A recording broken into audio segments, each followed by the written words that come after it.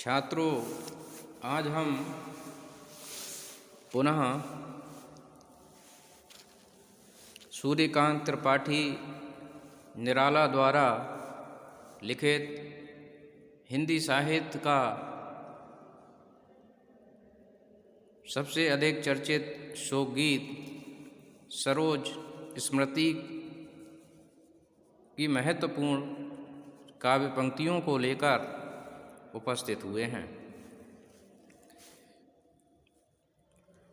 सरोज स्मृति हिंदी साहित्य का सबसे बड़ा शोकगीत माना जाता है। निराला जी ने अपनी पुत्री सरोज की स्मृति में इस गीत को लिखा है। तो छात्रों, आज हम प्रस्तुत पंक्तियों के विषय में जानेंगे।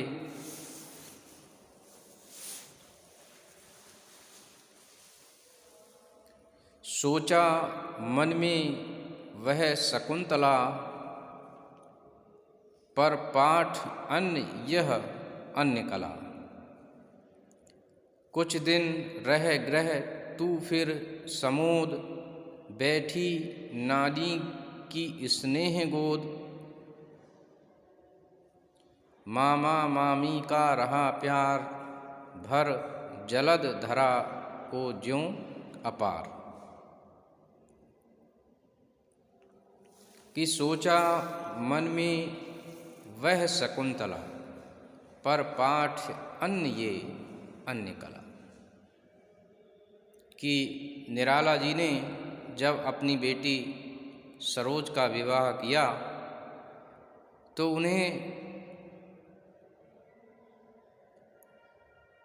शकुंतला का प्रसंग याद आया, क्योंकि शकुंतला का जब विवाह संपन्न हुआ था तो शकुंतला का विवाह भी अत्यंत सादगी के साथ संपन्न किया गया था। उसमें किसी प्रकार का आडंबर नहीं किया गया था। इसी प्रकार से निराला जी ने अपनी बेटी सरोज का विवाह संपन्न किया और उन्होंने दहेज का प्रबल विरोध भी किया। बड़ी ही सादगी के साथ अपनी बेटी का विवाह किया।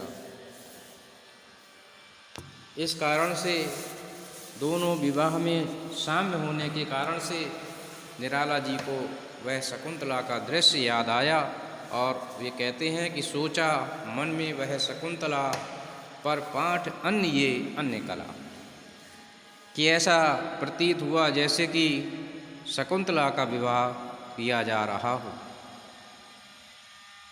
कि बिल्कुल उनकी बेटी शकुंतला की भांति सादगी से परिपूर्ण लग रही थी। कुछ दिन रह तू ग्रह तू फिर समोद, बैठी नानी की स्नेह गोद। कि वह कुछ समय अपने ससुराल में रही और उसके बाद समोद अर्थात आनंद पूर्वक बैठी नानी की स्नेह गोद अर्थात अपनी नानी की गोद में कुछ समय रही, अर्थात अपनी नानी का लाड़ प्यार उसे प्राप्त हुआ। मामा मामी का रहा प्यार, भर जलद धरा को ज्यों अपार। कि जिस प्रकार से जलद माने बादल धरा को सिंचित करते हैं अपने जल के द्वारा, उसी प्रकार से मामा मामी ने भी अपने स्नेह और प्रेम से सरोज के लिए अभिसिंचित किया। बेही सुख दुख में रहे न्यस्त, तेरे ही सदा समस्त व्यस्त। वह लता वहीं की जहाँ कली, तू खिली स्नेह से हिली पली। अंत भी उसी गोद में शरण ली, मुँह दे द्रगवर महामरण। कभी आगे कहता है कि वे ही सुख दुख में रहे न्यस्त, अर्थात हर सुख और दुख में वे लगे रहे। तेरे हित सदा समस्त व्यस्त, सभी लोग तेरे हित के लिए लगे रहते थे। तेरे शुभ चिंतक की तरह वे सब लोग लगे रहते थे। तेरे हित सदा समस्त व्यस्त, वह लता वहीं की जहाँ कली, तू खिली स्नेह की हिली पली। आगे कवि कहता है कि तू एक उस लता के समान है कि जहाँ पर तूने कली का रूप धारण किया और वहीं पर पुष्पित हुई, पल्लवित हुई और स्नेह से हिली, स्नेह से उसको पल्लवित किया गया और अंत में उसी गोद में शरण ली। अर्थात जहाँ पर तू खिली थी वहीं पर उसी गोद में जाकर अंत में तूने शरण ली और मूंदे द्रग वर महामरण, और उसी गोद में, नानी की गोद में तूने अंतिम सांस ली। मूंदे द्रग अर्थात आंखें मूंद लेना, अर्थात निधन हो जाना।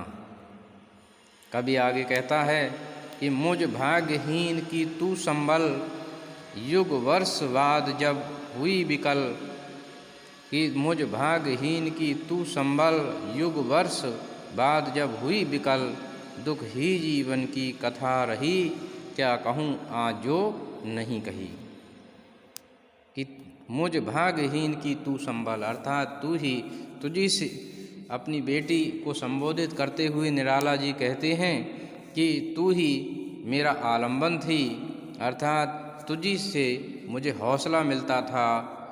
और युग वर्ष बाद जब हुई विकल, और उसके बाद में एक वर्ष बाद जो है कवि के लिए पुनः जो है अपनी पुत्री की याद आती है। वो वर्ष भी युगों की भांति जो है बीतता है और कवि जो है व्याकुल हो उठता है और कवि जो है ये कविता जो है लिखने के लिए बाध्य हो जाता है। कवि आगे कहता है कि दुख ही जीवन की कथा रही, क्या कहूँ आज जो नहीं कही। कि कवि का जो जीवन है वह अत्यंत ही दुखमय व्यतीत हुआ है और वह कहता है कि दुख ही जीवन की कथा रही और क्या कहूँ आज जो नहीं कही। अर्थात उसका संपूर्ण जीवन दुख में ही व्यतीत हुआ, दुख की ही कथा बनकर उसका जीवन रह गया। आगे कवि कहता है कि क्या कहूँ जो आज नहीं कही, अर्थात कोई भी ऐसी बात नहीं बची है जो मैं अब कहूँ। कि हो इसी कर्म पर वज्रपात, यदि धर्म रहे नत सदा माथ। इस पथ पर मेरे कार्य सकल, हो भ्रष्ट शीत के शेषत दल। कन्नये गत कर्मों का अर्पण, करता मैं तेरा तर्पण। अर्थात कवि जो है इस प्रकार से विचलित और परेशान हो उठता है, अपने कर्म करता रहता है, लेकिन उसके बाद भी उसे इन समस्याओं का सामना करना पड़ता है कि भ्रष्ट शीत के शेषत दल और कन्नये गत, जैसे कि कमल पर, कमल के पुष्प पर एकदम पाला गिर जाता है, ओस गिर जाती है, उसको खराब कर देता है। उसी प्रकार से उसके जीवन में इस घटना ने उसके जीवन को एक परेशान करके रख दिया और जो है उस पर दुखों का पहाड़ टूट पड़ा। अर्थात अनेक परेशानियों का सामना करना पड़ा कवि के लिए और वह अब एक तरीके से अपनी बेटी की स्मृति में वह जो है व्याकुल हो उठता है। कि इसी कर्म पर वज्रपात, वज्रपात कहते हैं कठोर प्रहार होना, जिस वज्र जो है बहुत अत्यंत कठोर होता है।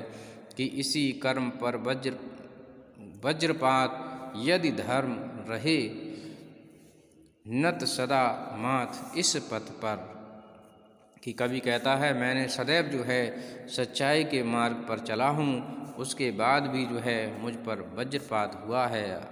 रहे नत सदा माथ, और धर्म जो है, धर्म का सिर जो है झुका रहा।